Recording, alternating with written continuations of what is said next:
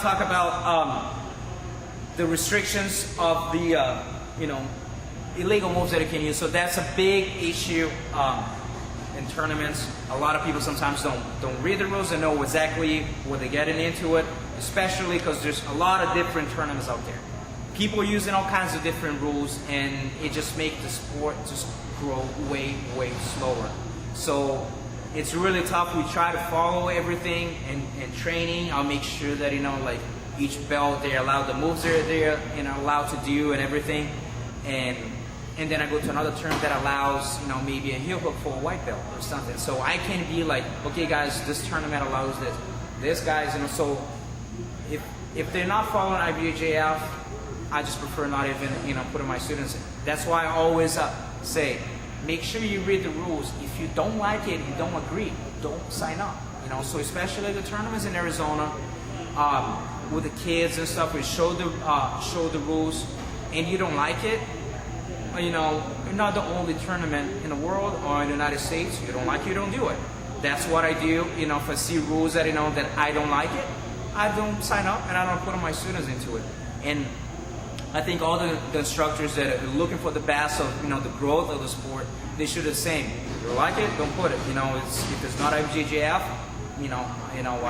I'm not going to be putting anyone. So some of the restrictions are going to start with the big issues, which is the kids division, especially because the parents are there. They wanted their kids to win. They of course have no clue about the rules. Some of them don't train, so they just want to see their kid win, and they don't know what's going on. So slamming from the guard, regardless, you can do it. Pick someone up, slam, get an arm bar or a triangle, pick them up, slam them, get disqualified, no warning, done.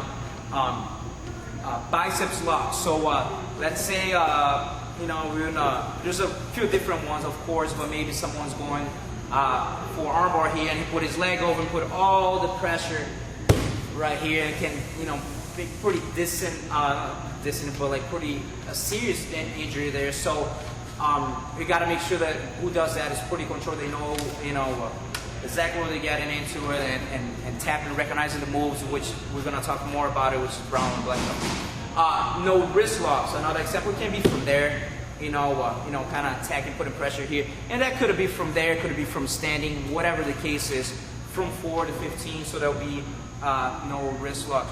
Big issue here. So from 4, same thing, 4 to 15.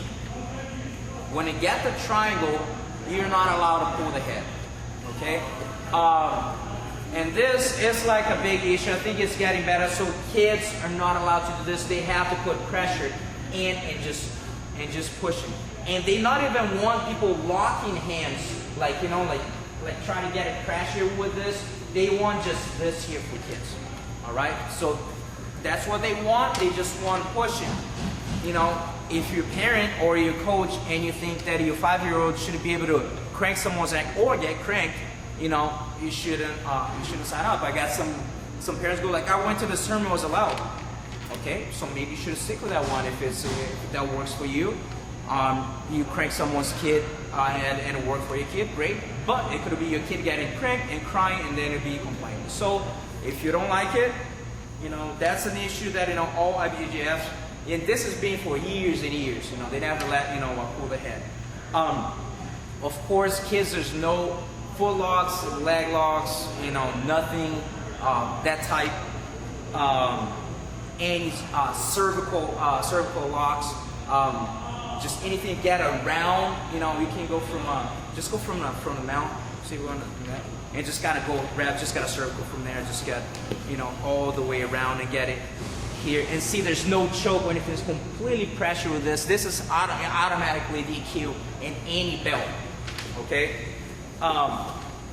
Another one that any neck crank from front, from the side, or whatever, anything has to involve actual choke.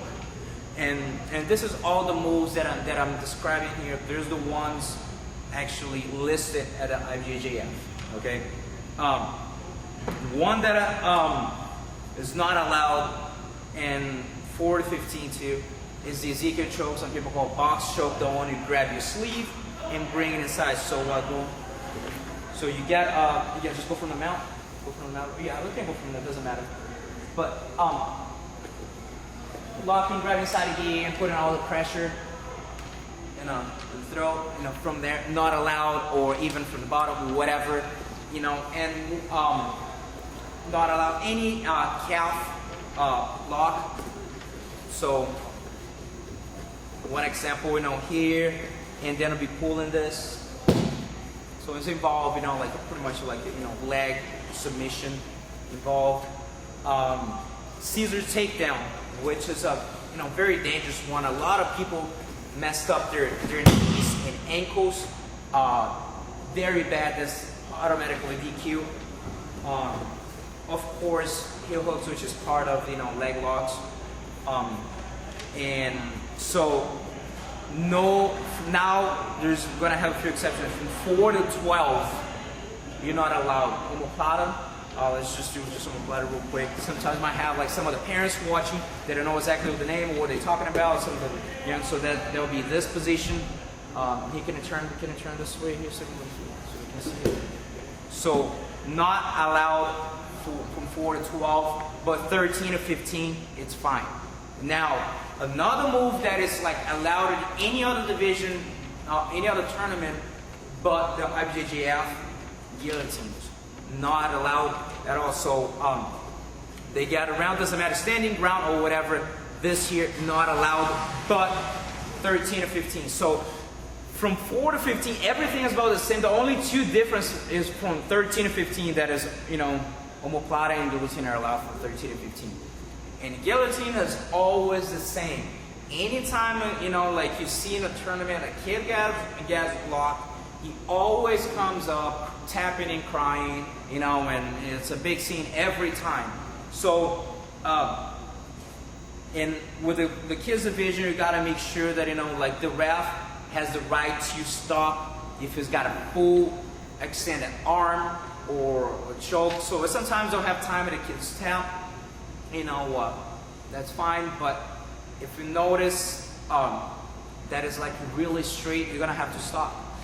And parents and even coaches sometimes, they need to understand that, because they want him to win as bad as they can. So when they see a submission and they complain and they go like, he didn't tap, but when the kid tap and of course he cries and then mess up his arm, and then they go, how come he didn't stop?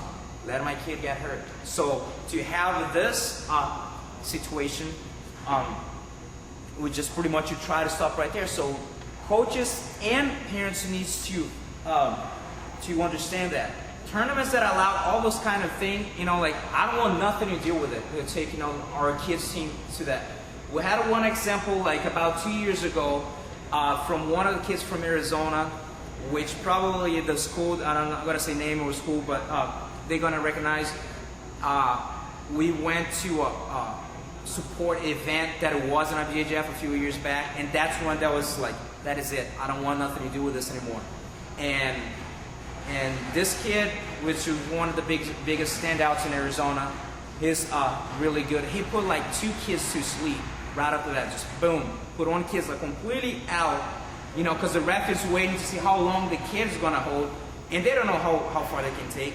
And then he and then the matter came, and then his next match was the final, and then he choked the other kid out too. So he choked out like 2 kids, and now he started crying, feeling bad, because he doesn't want to hurt any kid. And then the matter come in and they put a neck brace and all this, and then if that's what you want, that's what your kid want, and like you really get someone to get that far, so see how far like a 10-year-old or 11-year-old can take it, so that's the kind of thing, we try to stay away. So that was like, like a few years back, like, wake up coaches like, what, that is it, because, we train our kids for this, that's what we're gonna get. So the parents need to understand that too. We better be safe and stop before then it happened, a situation like that happened, which is horrible. And he could, thank God nothing happened with a kid, but, it definitely, scares him to compete again, to even train again, because,